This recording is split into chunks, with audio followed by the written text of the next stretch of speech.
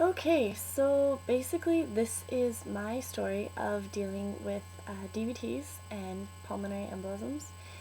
And yeah, I'm not really too familiar about how people usually do this when they're struggling with this, but a friend of mine recommended that I do it. So I figured, okay, I'll get my story out there. So I'll start with the basics.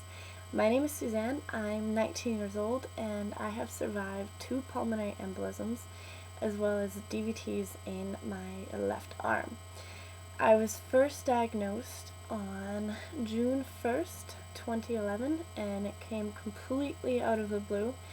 I was working in a sawmill at the time piling lumber, and I just noticed one night shift my arm was swollen, like about twice the size of the other. So I was like, this is a little weird. Take some time off. Went to emergency, check it out, and I was told it was just an infection in my shoulder. Take some antibiotics and come back. And a few days later, I was hyperventilating just to breathe. So I went back to another doctor. I said, something's not right. And we got shipped off to Hinton Hospital, and a CT scan and ultrasound revealed all of the clots. I had clots in my subclavian vein, which a total occlusion there, so it was completely blocked off. And that vein leads directly into, it becomes the superior vena cava of the heart. And in order for clots to get to the lungs, they've got to go through the heart.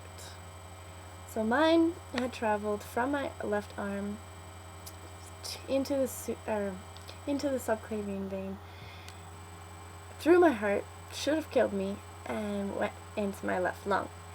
And you know what? I spent about a week in the U of A hospital in Edmonton and came back to my hometown hospital, spent some time there, and got put up on blood thinners, and everything seemed to be working out pretty well, living life.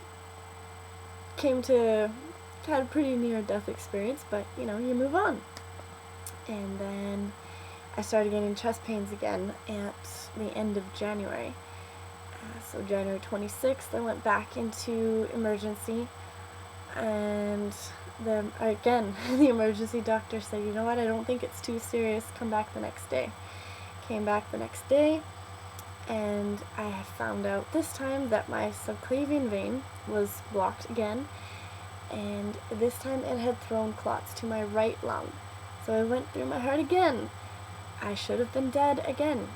Second time. So it should have been sudden heart failure, and it didn't happen. And I clotted again while being on blood thinners. So that's another really frustrating thing for my hematologist. We're just completely grasping at thin air. Idea after idea that we have gets shot down. So, sometimes it's a little depressing some days. You kind of don't really know what's going to happen, because these blood thinners are supposed to keep you safe, and if you're able to clot again while being on them, kind of makes you wonder when your last day is going to be. But the important thing is to not think like that, and that's kind of the message what I think I want to get out there to people that have dealt with this whether it be a sudden onset or not, or whether they know the cause for the blood clots or not. I want people to realize that, you might not know when your time's gonna be, but neither does anybody else. The important thing is to live your life to the absolute fullest.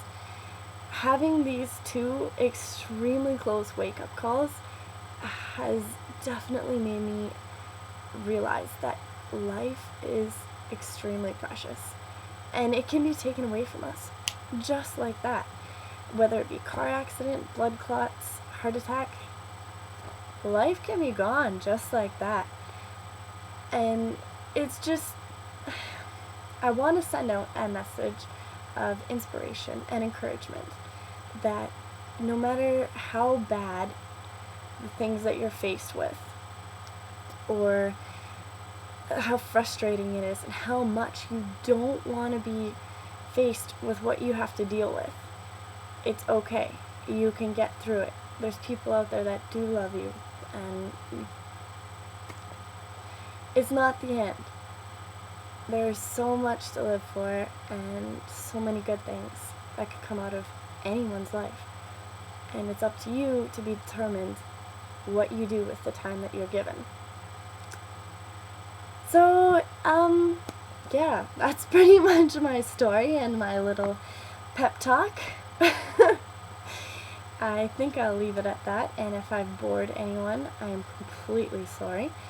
But yeah, I just felt like I should get my story out there, a little bit of encouragement, and who knows, maybe I'll help someone out. Maybe I'll encourage someone, or maybe through this video I'll find more people that are dealing with blood clots, and we can talk about symptoms and encourage each other.